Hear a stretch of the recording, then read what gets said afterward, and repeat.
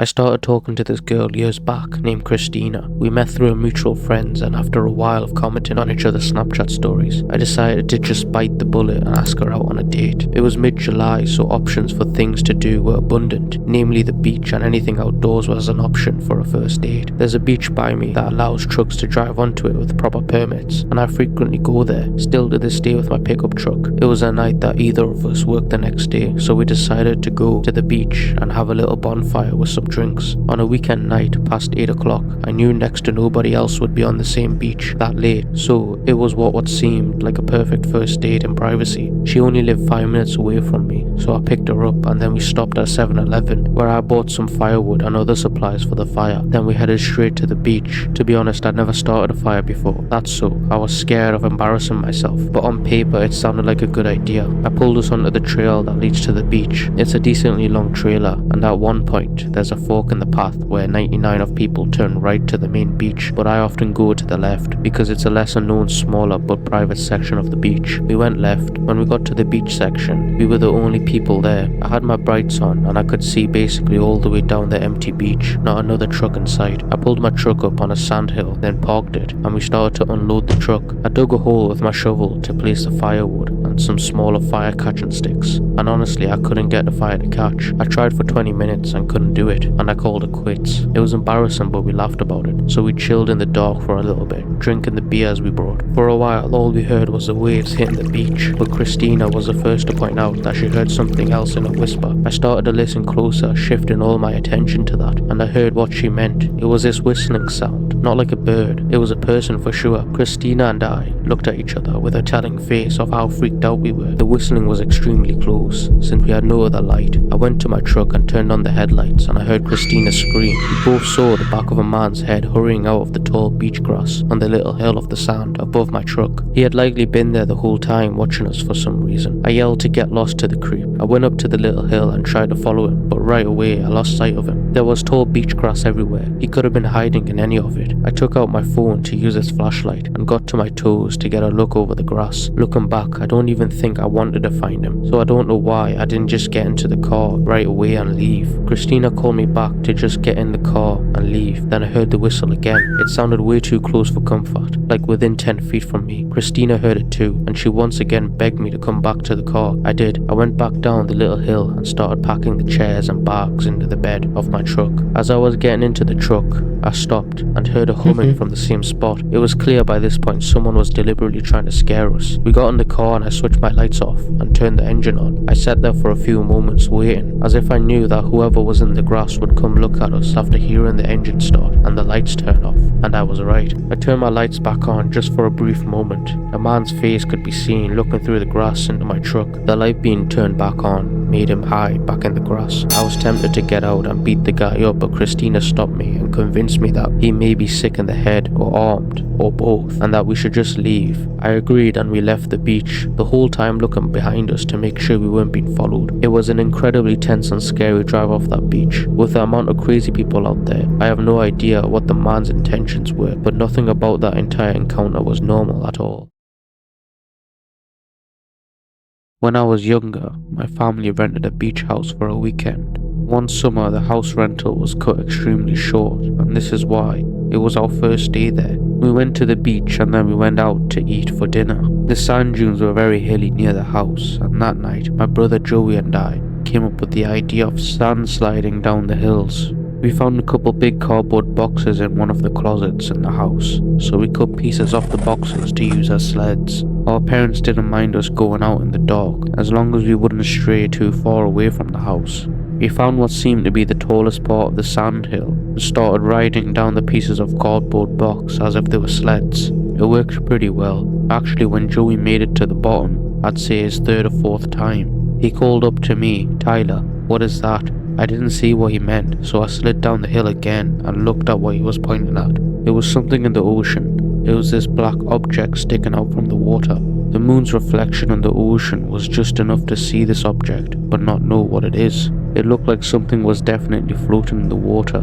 We were a little freaked out and we were too scared to go closer and look at it. So we walked a little further down the beach to look for a different hill. We found one that wasn't as tall, but it was still near enough to the house. My brother slid down the hill first. I stood at the top watching. I looked out to the ocean again, and I saw that black object in the water again. It's as if we didn't even move, or as if it followed us. I yelled at Joey to look at the ocean again. He looked and he probably saw right away, because he ran up the hill to me, freaked out. We were discussing what we thought this thing could be. Maybe we didn't move as much as we thought we did. We stared at the object for a while. We could see it bopping around a bit. We looked down the beach at the house we were staying at. It wasn't too far away, so we decided to get a closer look at it. This floating object, we thought maybe it was a dead animal floating in the water. We couldn't have been more wrong. As we got maybe halfway to the water, the black object floating around, bopping in the water, started to rise, and we realized it wasn't floating at all. A person's body was revealed as they stood up at a towering height, arms now flat by the sides. It was a person's head this whole time. We ran to the house and slammed the door behind us, yelling to our parents. Our parents seemed confident that there was no threat from someone going for a night swim, though even after we said they were following us in the water. Our dad went out to the backyard deck with the lights on and looked around the beach, and when he didn't see anyone, he told us we had nothing to worry about. It wasn't later until that night that we heard our mom screaming from the living room, as Joey and I were in the room we were sharing. We jumped out of our beds to rush outside and see what it was.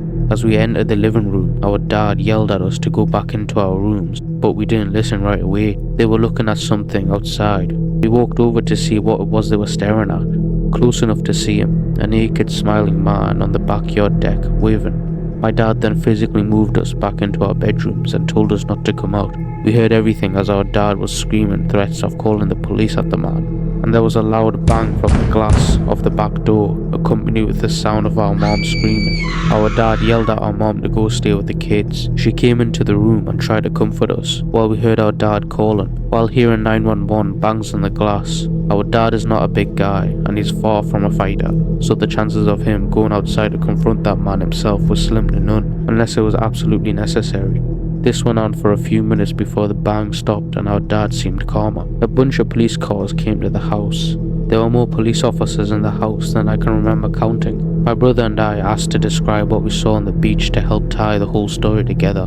Our parents to this day tell us that the most likely explanation was a child predator on drugs. It was a very sick and disturbing thing for our entire family to go through. In fact, 12 years later, it's still cringy and disturbing to think back on. And yes, the obvious answer to the obvious question, did we leave after this encounter? Yes, we did, and our parents got their money back. We ended up staying at a nearby resort so as not to waste the weekend, but obviously we were all shaken up after that. When I was 20, my girlfriend Steve and I wanted to go to this local beach fireworks show for the 4th of July. However, all the main beach parking lots were completely full and it was absolute chaos trying to find parking. Eventually, we ended up driving further down the road to a less crowded, almost empty parking lot. People were parking in the lot, sitting on the beach chairs in the parking lot, apparently ready to watch the show from there. But Stevie and I didn't want to do that. We walked onto the beach with our blanket and drinks. We had to cross a tunnel under the overpass to get to the beach site, away from the parking lot. The beach was surprisingly empty. Apparently we were the only ones who thought it'd be a good idea to walk to the main beach. We started our long walk. We walked for literally 20 minutes until the fireworks started shooting into the air. We had the beach to ourselves. We laid down the blankets. We were literally just making the best of the situation. The fireworks shows were decently long. About 10 minutes into the show, I heard voices from behind us. I turned around and saw a few people in the distance. They were standing facing the fireworks, nothing strange. There were probably just more people watching the fireworks show. We sat for another 10 minutes or so. Around the time the show ended, we were being eaten alive by mosquitoes by that point, so we picked all of our stuff up and started speed walking back.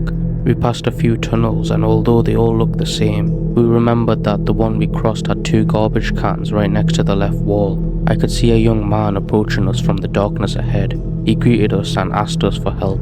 I slowed my walk but didn't come to a complete halt because I was instantly wary of this guy. He looked to be one of the guys I had seen in the distance earlier.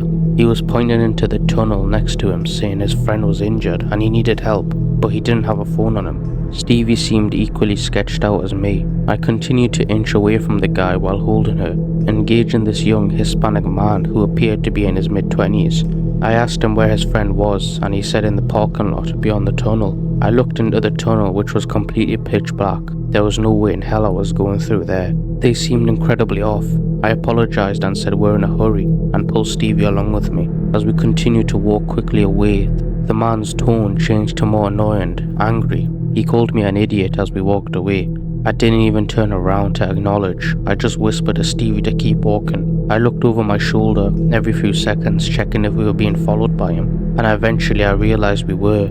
He, along with 2 other people, were tailing us from not far behind, already indicating that the man lied about his so-called injured friend. We were about to get jumped. I could feel it. I told Stevie to run ahead to the tunnel with 2 garbage cans. I knew if we both ran, that it would probably trigger the group of men behind us to chase us. She moved ahead in a low-key, non-obvious jog. I realized the men behind us were getting closer. I wanted to give Stevie a little more time to get ahead to the car before I would book it. By the time I made it to the tunnel, I turned around again and the 3 men were almost right on top of me now. One of them started shouting, "Hey, come here." Stevie was trying to call me, but I couldn't pick up. As soon as I got to the entrance of the tunnel, I felt like they were about to run up on me and grab me, so I booked it through the tunnel and I heard their footsteps right behind me. I sprinted on the concrete while barefoot, but I endured the pain in the heat of the moment, in fear of my life. I made it through the tunnel to the parking lot, which was lit up by the streetlights, and somewhere in the tunnel the 3 men stopped chasing me. The parking lot was now completely empty, besides 2 other cars, and my car, which Stevie was already in.